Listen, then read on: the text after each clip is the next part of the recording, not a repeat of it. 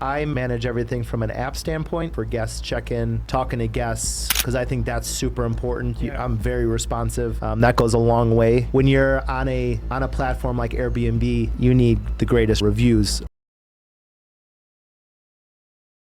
We got Danny Daoud with us today. He is a CPA, and he is our CFO of Prosper Company. So we got a lot of really cool stuff to talk about. Danny is an incredibly talented human being. Everything from pottery to fixing cars to owning a CPA firm to doing new construction to being our CFO.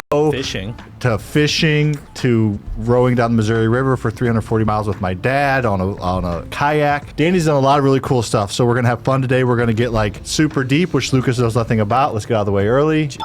We're gonna super deep, and then we're gonna have fun with some like goofy questions as well. So it's gonna be a lot of fun. Last time Danny was on the podcast, Lucas, you were not here, but we got a lot of reaction because of his knowledge on like writing things off and special ways to save money in real estate as well as the other stuff he does. So super excited. Danny, let's go. You ready to rock? So what's one thing on your bucket list that you want to get accomplished in, let's say, the near future? 10 years, 5 years. Let's say 5. less. Let's say 3. Okay. 3 years. I would say own a Airbnb or wedding rental on the coast of Northern California. Yeah. And rent it out for wedding parties like we did for our wedding. That was fun. Yeah.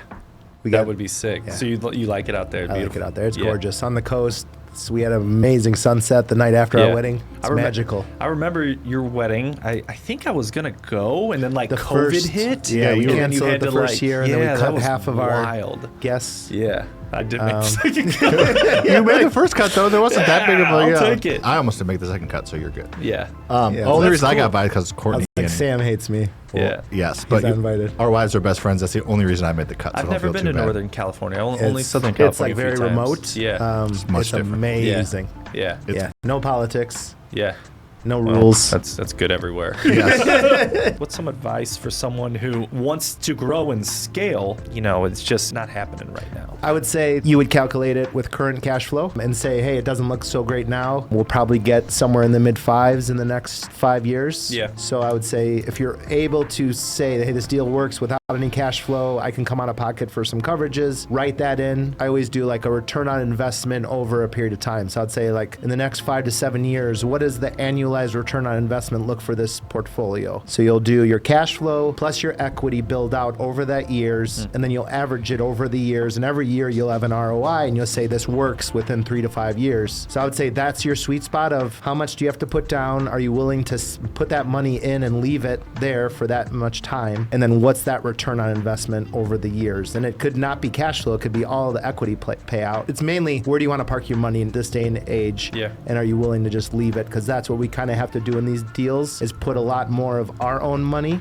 in deals. I know that's everything against what you're teaching, but in this with interest rates right now for holding property, it's a way to continue to grow and build your portfolio. It's not a bad place to put money. If you're looking to grow fast, it's harder to scale that way because you're going to run out of capital eventually. So talk a little bit about your latest project, because it is an interesting one. I'll let you kind of lay it out there. I'll just kind of tee it up for you. It's a over $2 million brand new construction new build that you built from the ground up. How that process went, outsourcing things that took me 8 years to get you to finally outsource. Yeah, man. And then the turn it took this weekend. Sure. So this past year, I gave up. I've slowly moved away from my real estate investment being as hands-on. I used to be very hands-on, physically working on our properties. Pulled away from that, was GCing them and doing one big project a year. I did 3 last year.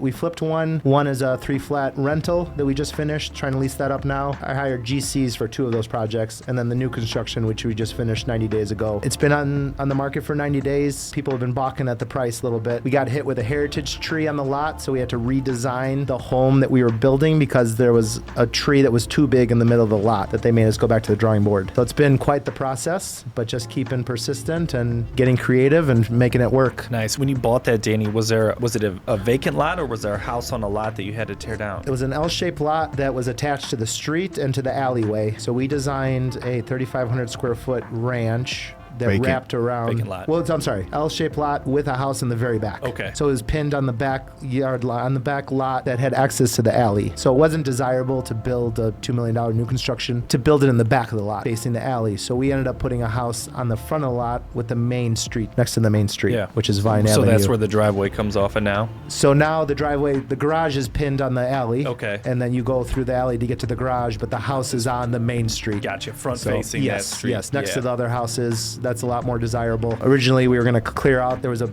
large oak tree in the middle of the lot that stood right in the middle of the house we were building. And then the village hit us with, hey, that's a historical tree. We went through variance. We got rejected just because we could build in the very back of the lot. We could still build what we wanted to build, but it would be in the alley, which is not desirable. Yeah. So we got creative and built, I would say, a quarter of the house on piers, which wrapped around this tree. And then the rest, we did a partial basement, and then 3 stories up. How do you balance it all, especially like your relationship with your wife? Like, how do you guys carve out time for each other? We got to go on a dinner date every other week at least. Yeah. Set it up, go out on Friday. So we've done 2 of those in the last couple months. Nice. We need to do more. But then we're traveling too, so we just went to Canada. So we are spending time. I think it's really pulling away from work when I get home. So it's making that transition on the way home. Been working with a coach on it. Just on your drive home, start not thinking about work, doing a transition, slow down, and then be more present. So I think being present has helped in general my whole life, and intentional. So when you're intentional, you're where you are. Your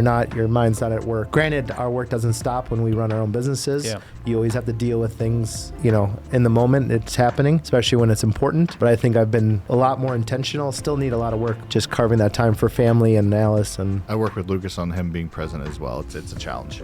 Can you tell us a little bit about your thoughts on like hiring a third-party management company versus setting up management for yourself for short-term rentals? So I've got an amazing, you need someone boots on the ground, local, that's going to do all the maintenance, look over the place, make sure it's ready. So we found someone amazing local that actually handles all the cleaning, the maintenance, or if something happens, she tells me about it, and then she either helps me get someone or I call someone. So you definitely need, if you are far away from it, you need someone boots on the ground. I manage everything from an app standpoint for guest check-in, talking to guests, because I think that's super important. I'm very responsive. That goes a long way. When you're on a platform like Airbnb, you need the greatest reviews. Otherwise, you're not going to hit that first page every time when people are looking, or you're going to be way down. And we've been 5 stars for like 60 or 70 reviews, I think. What was your question again? No, management. Yeah. Yes. So the apps are amazing now. Yeah. They all talk to each other. So you self-manage, like the guest communication, the booking. You just set your own login and portal up through Airbnb yourself. Yeah. So I use